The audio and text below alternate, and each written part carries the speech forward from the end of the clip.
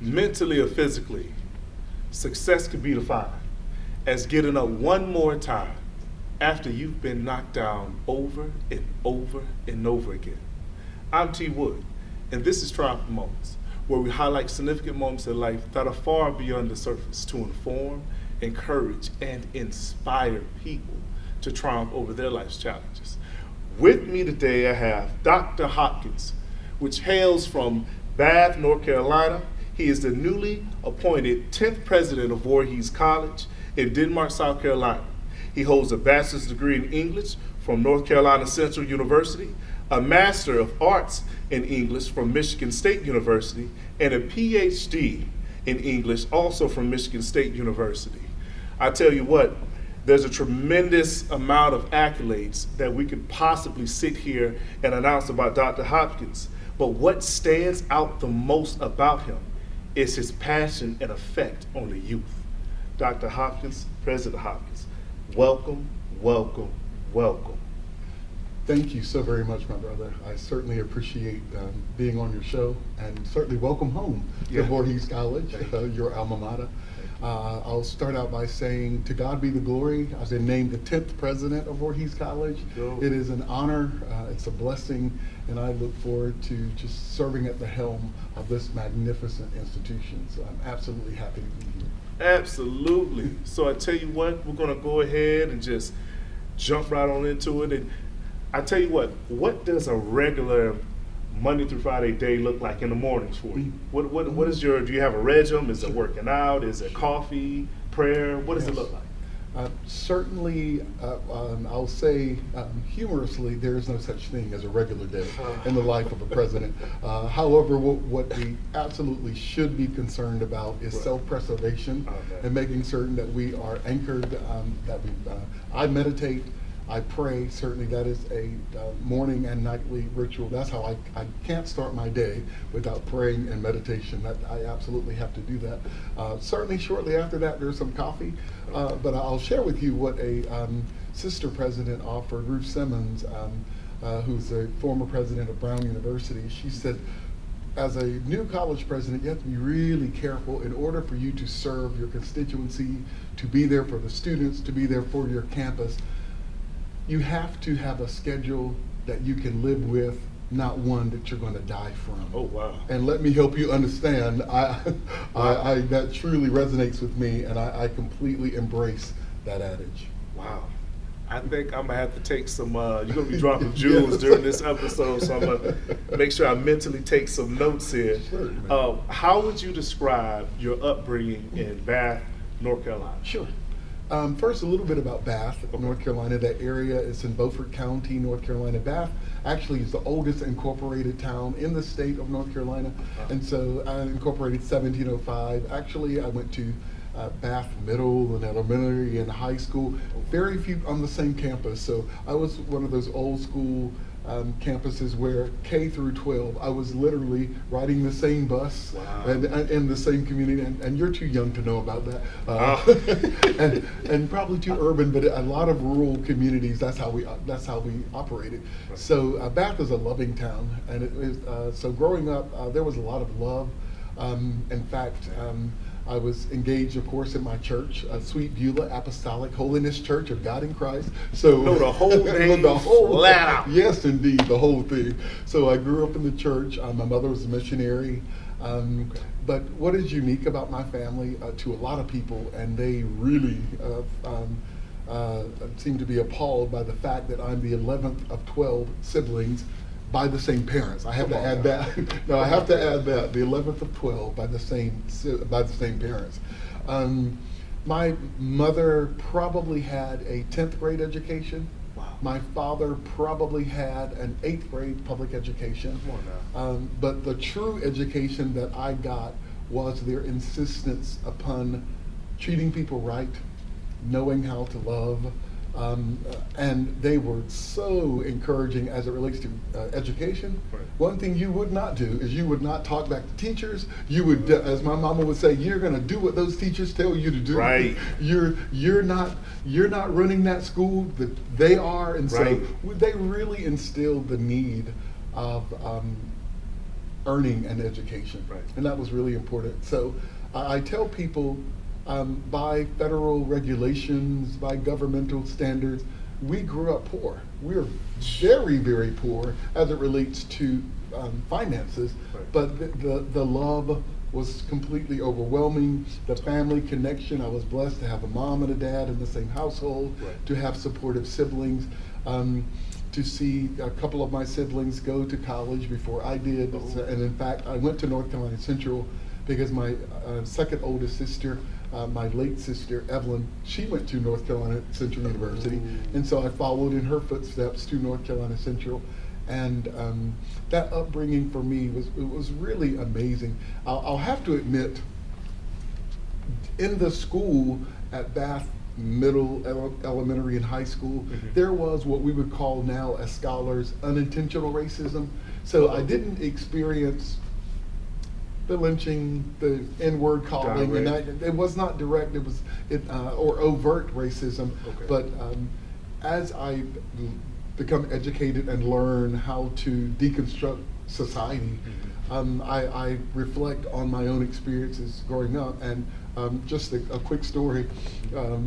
I joined the choir at North Carolina Central University, the concert and touring choirs, which were amazing. And then my first semester, I went home for Thanksgiving, Right. and I was sharing with my sister, "Oh my God, we sang this beautiful song. It's amazing." She was like, "Oh, sing it for me." Oh, I was you like, should've said it. "Lift every voice and sing." She said, "Are you kidding me? Are you telling me you don't know the Negro National Anthem?" Come on, man. Because of the dynasty of my family, Right. actually my oldest siblings are old enough to be my parents. Wow. So they went to, most of them, about half of them went to an all-black high school, and then I went to, starting in kindergarten, I went to a mixed school. A mixed And it school. wasn't really mixed, because I remember in kindergarten there were two African Americans, Calvin Weston and I. Yeah, we okay. were about it. Right. So that is really what I call that unintentional racism, because as we were, I remember to this day, and I'm 57 years old, that in our music classes, the music teacher, and I love music, I love singing, but I remember to this day the verses of Dixie. So why in the world is this 57-year-old African-American male know the lyrics to Dixie and then went to college not knowing Lift Every Voice and Sing? That's Right. unintentional. It's an agenda that was presented at my school, but certainly again it was I think unintended, and I think there was a level of certainly unconsciousness that they had. It is so interesting that you point that out. Could you relate that to, look at where we are right now, and I'm noticing there's more information and celebration of Juneteenth. Mm-hmm. In my upbringing, Sure. I wasn't told anything about Sure. it. I don't Mhm. recall it. Do you recall? No, absolutely not. No, absolutely not. Not until recent years was I educated about Juneteenth, and so again, that whole selection of what is presented in public school, it really is important. And this whole debacle over critical race theory in this country, and people getting really upset, and even African Americans saying we don't need that, it really is problematic, because we do. Even currently, there is an absence of true African American history, the impact of the continent of Africa on the development of this country. So critical race theory is really important, and sometimes we get into the discussion of black studies and that kind of thing, but even from an Afrocentrist perspective, black studies doesn't mean you don't study everybody else. Right. In fact, from an Afrocentrist Right. perspective, that's exactly what you do. You examine everyone's culture. The whole However, you begin with your own. Right. And it That's the seems to be core. so problematic when we have to deconstruct and share our own experiences. And again, even among American Africans, there's a problem with us discussing our history. And we are still damaged, I think, from enslavement. We are damaged by a lot of systems that have gone on in the U.S., and we have a lot of work to do to overcome it. Absolutely. Mhm. And when you think about, and just switching lanes here, when you think about, throughout your collegiate studies, when you take a look at it, what sparked your passion, to study English? What sparked that passion? Sure. Well, I'm going to hop back to my growing up, and my family they'll laugh and talk about me when we have reunions and we get together and have fun, and they'll say everybody knew that I was going to be an educator. Wow. Because we used to play games, cops and robbers. We used to play all kinds of games, but we played this game called Teacher. And every time we played Teacher, and what we would do, we would assume a classroom. I would get really, really upset if I couldn't be the teacher. So I was man. I was going to be the teacher. Now let me tell you that, and I was about 4 or 5 years old then, but I was going to be the teacher. So that's when it started. And then actually, so I promise you, as long as I can remember, I knew I would be an educator. The question became, as I was graduating from high school and deciding to go to college, what would I major in and what would I teach? Right. And some of my really good mentors, Miss Allie Good, some of the wonderful teachers, Miss Morgan, certainly my second grade teacher, Miss Baker. She was one of the only African American teachers that I had from K through 12. K through 12. So so that's why I talk about the unintentional racism, right? Because she did it beautifully. She impacted me, and I'll tell you the story before I continue on my educational trajectory. Mm-hmm. But Miss Baker, second grade African American teacher, and as I said, the high school, middle school, all on the same campus. Right. But we'd have to walk across the street to go to the cafeteria in the high school. I'll never forget the day that she had us lined up like little ducklings behind her, going to the cafeteria in the high school building, and there was a bulletin board that said National Vocation Week, and it had maybe a white nurse, a white police officer, a white teacher, and then it had a black maid. And mind you, my mother was a domestic worker at times, and so there's nothing wrong with an individual being a domestic worker. Right. It's at the exclusion right. of the other possibilities. Right. So why was there not a black teacher? Right. Why was there not a black lawyer, etc.? And that was the point that she was making. So literally she ripped the poster off the board, ripped it, and marched the whole class down to the principal's office and discarded the board. And I remember to this day her saying, "We're more than maids. We're more than maids." To this day, that impacts me. I mean, it's riveting for me. Wow. and for my whole experience and seeing the world. So as I decided where I was going to go to college, and North Carolina Central was it. My sister was very influential. Then I wanted to decide what I was going to major in and teach, because I knew I was going to teach. Right. Then my mentors, namely English and journalism teachers, said, "You're so wonderful in English and journalism, and you love these courses. Why don't you major in English?" So I majored in English at North Carolina Central. And so that's how I got to the point of deciding I would go into English education. Because I really enjoyed reading and writing and acting, and all that goes together with that profession, and that's how I selected that. Now, with the transition, you went from, let's say, from North Carolina to Michigan. Actually, I went from North Carolina Bath to North Carolina Central, where I did my undergrad. So I was there. And then I actually went directly, and this is the impact when we talk about HBCUs and what we can do for people. And again, it was wonderful that my career aspiration was to become an English teacher. Coming from this small town in Bath, North Carolina, yeah, I can do that.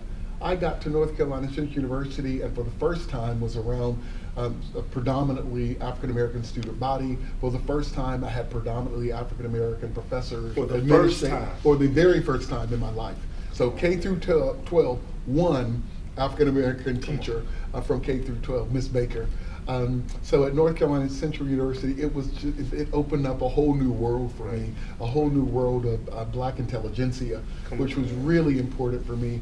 And the support that I got from my department and those professors, they pushed me and pushed me, and to the point, in my freshman year, I got the highest GPA of any freshman in the English department, and I got an award for that. They kept pushing me to submit essay contests, and then by the end of my 4 years at North Carolina Central, my mentors, Dr. Kennedy, Dr. Sanders, Dr. Perry, they encouraged me to go to graduate school. Oh, very well. Oh, absolutely. I will never forget them. I will absolutely never forget them. They encouraged me to go to graduate school. Right. They said, we know you want to teach English and you want to teach public school. That's wonderful. But we have a fellowship that we want to nominate you for at the University of North Carolina at Chapel Hill. And I was like, wow, graduate school. And the unique thing about it is the fellowship was to go directly into a PhD program. So it wasn't even a master's program. So they nominated me, I submitted the application, I wrote the letter, and was accepted to UNC Chapel Hill directly into their English PhD program. So that was absolutely overwhelming for me. It was wonderful, a wonderful experience. In fact, when I was there, you might remember J.R. Reed. He used to play for the University of North Carolina at Chapel Hill. So it was so interesting. We had a class that was not, he was an undergrad, of course, at the time, but we had a class not far from each other, so I would see him like a couple of times a week. I was like, wow, that dude's a celebrity. So I was there probably 2 years, and I decided that I would go on leave and then go to the public school and teach, because I hadn't taught officially. So I did go into public school teaching, and that was amazing. That was a wonderful experience. And again, the different Ronnie Hopkins is just unique about me. I taught in a traditional middle school, traditional high school, but my most impactful experience was teaching in Charlotte, Mecklenburg at what they call at a school for excluded students. And of course, you know what that means. Yeah. It's a school for predominantly African-American students who've been kicked out. The system, they developed the system so that the district, instead of having students drop out, there was a special school that they would try to redeem them. So, and in some cases, some of these students had the opportunity to either come to my school or go to jail.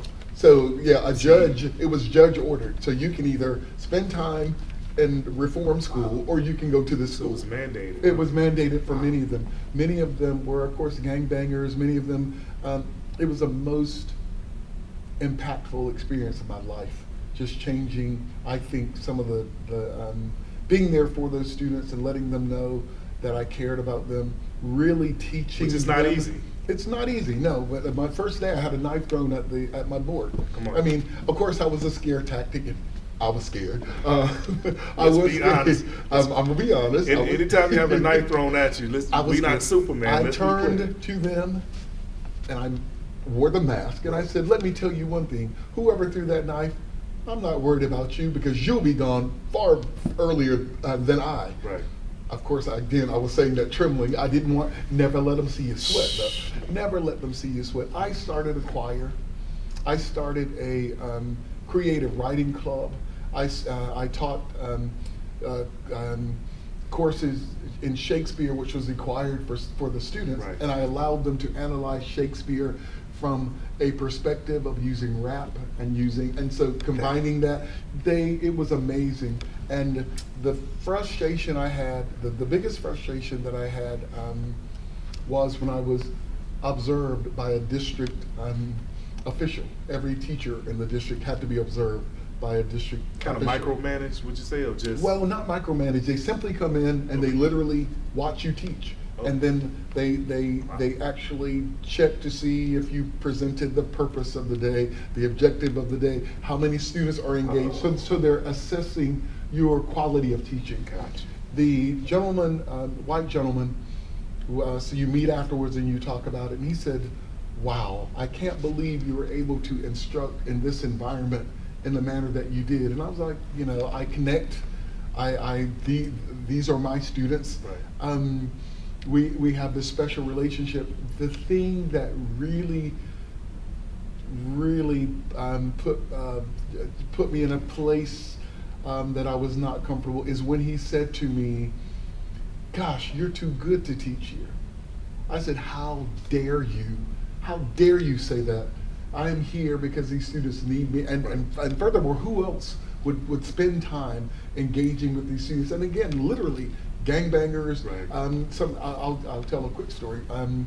At the time, I don't know if you remember the starter jacket, but the Charlotte Hornets they were new. It was a new team in Charlotte, Right. and they had a starter jacket. It was really popular, and it was very expensive, and only a few people had them. Right. So I remember one student at my school who had one, and of course, some of the dudes are like, "That's gonna be mine." I mean, that was the mentality. See? You got that, but it's gonna be mine, and they stole it. See? He happened to know who stole it, and he went to the home of the student who stole it and was shot to death trying to go back and get his own. But those are one other story about what we need to do to pour into our students that sometimes are thrown away. Right. One student, I of course, being in my teacher mode, I gave him the teacher stare. Right. That's such a thing. The teacher stare It's is real. such a thing. It's real and it's effective. See? And so he still didn't get it. So I went over and I tapped his desk. He was exhausted. He still didn't get up. And I was like, you need to stay after class. And we had a conversation, and it's to this day, it just, again, is riveting for my spirit and my soul to just know that we have individuals in our community going through this thing. And he opened up to me to say, my mom was in the streets. He was very clear that she was a crackhead and very clear that she was a prostitute. Right. I had to look out for my little sister last night, and I'm just tired, man. I'm tired. Mm-hmm. And I said, well, what did you have to eat? He was like, well, we had a can of corn, but because we didn't have any electricity, we had to eat. They ate a can of cold corn, Yeah. he and his little sister. Right. And so then you have someone come in telling you that you're too good Right. to be a model, to be a Right. role model, and to care about these individuals. Absolutely unacceptable. Absolutely. I tend to say this a lot. I truly believe, which you might agree with, as long as we keep just living, just keep living. Sure. At some point in time, you're going to run into challenges in your life. Mhm.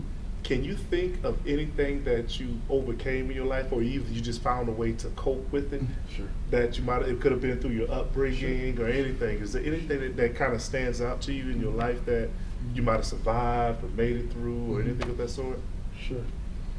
I would say probably overcoming the mentality of poverty, because it's real. Wow. Poverty is real. I mean, Wow. yes, and fortunately, again, I'll go back to my wonderful late parents, missionary Molly Lee Windley Hopkins and Charlie Augusta Hopkins Sr. They instilled so much love in us, and instilled in all of my siblings and all of our family that we could achieve whatever we wanted to achieve. But it doesn't happen in every family that's poverty stricken.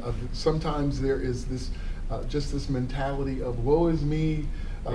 The government's not giving me XYZ, and I can't get a job, and we're having these problems, and I can't get over it. But I think I was able to overcome it, even living in a situation where we were very, very poor. And it's just funny because in graduate school, one of my colleagues, an African American at Michigan State, he's an historian, and we talked about poverty and the black community, and he said, well, the interesting thing, Ron, is when I was growing up, and we grew up poor, but I didn't know it. I'm like, brother, I knew it. I was like, I don't know what poor you were in, Right. that you didn't know you were poor. Right. But I knew I was poor because we didn't have perhaps the attire that other people had. Right. Sometimes we had worn jackets or that kind of thing. Oh, yeah. But what we did have, my parents instilled, you take care of what you do have. So we didn't have the best brick house and all that kind of thing. We didn't have the best car, but what we had, we were taught to take care of. Come on. And that's extremely important. So I believe to this day, God presented this life for me and this trajectory for me because I think I can speak to people. I was like, I don't want to hear it. Don't tell me you don't have money to do this or you think that you're poor and you cannot. Let me tell you about poor. I think we may have been, perhaps I was in the 11th grade before we got a telephone. We didn't have a telephone in the household. I was probably in middle school before we got running water in the household. So when I tell you poor, I mean rural, absolute agronomy poor. That's how we were. And I want to make sure that our listeners, our followers understand, I can't let it get glossed over what you're saying. Knowing that you are in a situation physically, at the end of the day, if you are able to find something within yourself mentally to put yourself in the right place, you can bring yourself through it, you can learn something from it, and all the positive things that you just said from what you went through, you're able to share it right now and be a leader amongst the youth and as we move forward.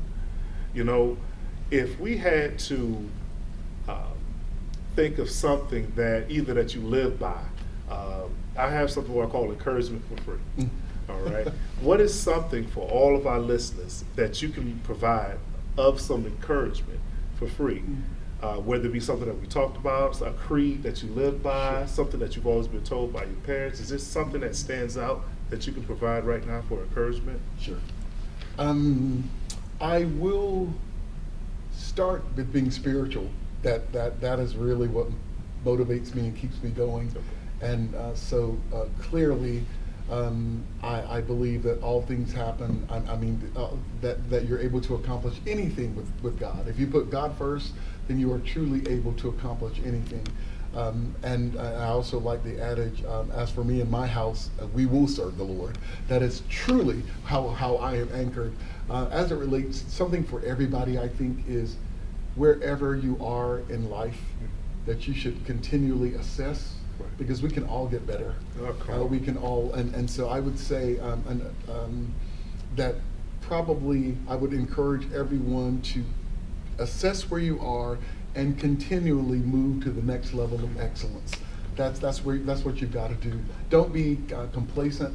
Don't be content with wherever you are, because wherever you are in life, and you may be successful, but if you're not able to impact other people and uplift other people and bring them, then you're not where you need to be. So truly, just getting to that next level of excellence, I think that's some encouragement for everybody. Oh, come on now. Look at here. It's so funny. Many times we tend to think that we might have reached a certain level. We still can't sit there. You said something that's so key. We got to continue to assess. Yes. We can't just sit idle. That's right. Right? Exactly. So, pressing forward, President Dr. Hopkins, I got to let you know that I'm grateful. You're a part of the Triumph Moments with T.Wood family. We actually hope to, have some more inspiration somewhere down the road, to have you on the show again somewhere down the road. Absolutely. You know that you can reach out to me with anything you need. I just thank you for coming on the show. Is there anything, if anyone wants to, well, better yet, there are some youth out there that are considering attending an HBCU. Sure.